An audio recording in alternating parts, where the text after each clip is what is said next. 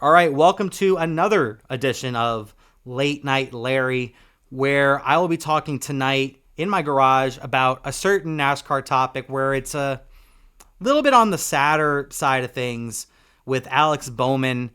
Some of you that have followed this channel for a while, I consider myself a fan of Alex Bowman. I really like Alex Bowman. He's probably my favorite Hendrick Motorsports driver at the moment, and to see everything that's going on in his career right now with his injury. He has this vertigo issue right now, and he's now going to be out until April. It looks like Allgaier is going to drive the 48 car for the next couple of weeks. I'm happy for Allgaier for him to get a good opportunity in the Cup Series, but Alex Bowman, to have an injury like this, it just reminds me so much of when he really got his big break in the sport. Obviously, he was racing for BK Racing and a couple of other pretty much no-name race teams when he came into the sport.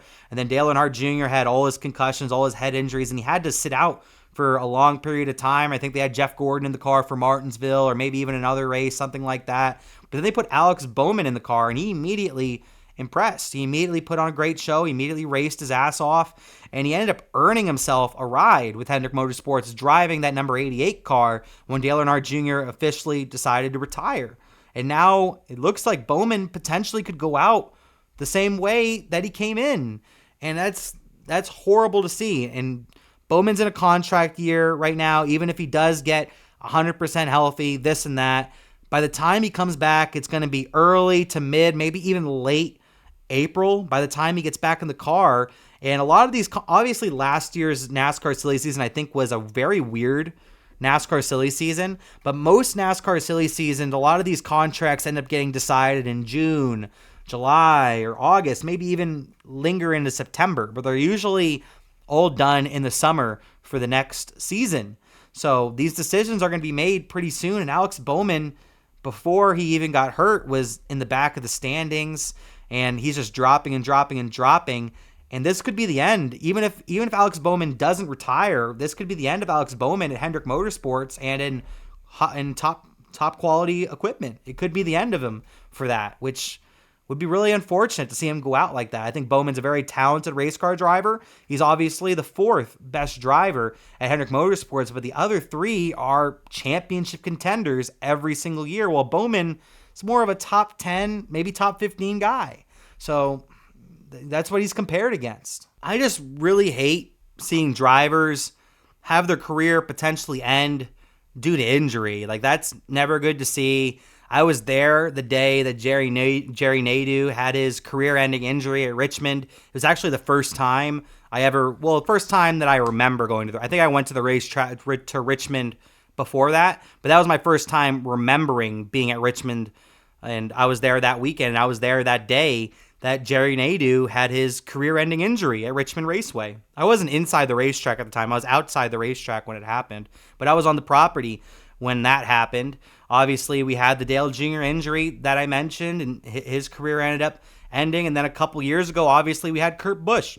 We had Kurt Busch's career come to an end. He's been cleared now, so I would like to see maybe Kurt Busch race some sort of race in some sort of series at some point. And I do think he will get back into a race car at some point, but his Cup Series career is over.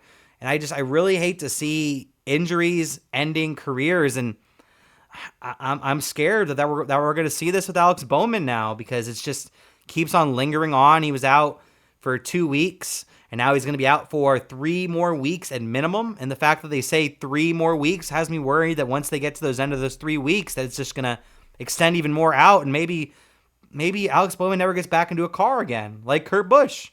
Because Kurt Busch, when he got injured, it kept on getting pushed back and pushed back and pushed back. And eventually they said that Kurt Busch wasn't coming back to the car. And then eventually Kurt Busch announced his retirement. And I can see the same thing happening with Alex Bowman, which is very, very unfortunate. I don't necessarily see Alex Bowman going out there and winning a Cup Series championship, but I think he has 5, maybe even 10 more wins available for him in his career as long as he's in a high-quality ride. And this was a contract year for him. He's competing for a ride. I would say he's competing for that number 48 car with Raja Carruth and Corey Day. If one of those two just completely kick ass in O'Reilly this season, I think that's their ride to have. But if neither of them really do all that great, and Corey Day and Raja both started off the season fairly strong, but they're not kicking all sorts of ass, Alex Bowman could get that ride again. But now, who knows? Now, who knows who gets that 48 car next year? Because I don't know if Alex Bowman's coming back, y'all. I really don't. I feel really bad to say that. I'm honestly worried that we're not going to see him race, at least for a long time. I don't know if we'll see him race again this season. I know it's only 3 weeks. I could be overreacting, but we saw this with Junior. We thought Junior was going to be out for a couple weeks. He ended up being out a lot longer than a couple weeks.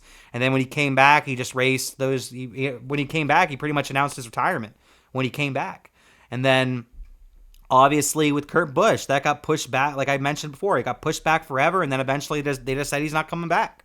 And then he had to retire. And we haven't seen him in a car since he wrecked at Pocono in qualifying because the next gen cars were complete shit. When we got them, they weren't safe. They weren't safe at all. And another driver that had concussions at the beginning of the next-gen era was Alex Bowman. Alex Bowman has had a history of concussions. Obviously, he had the really bad back injury with the dirt car a couple years ago as well. So, I don't know, man.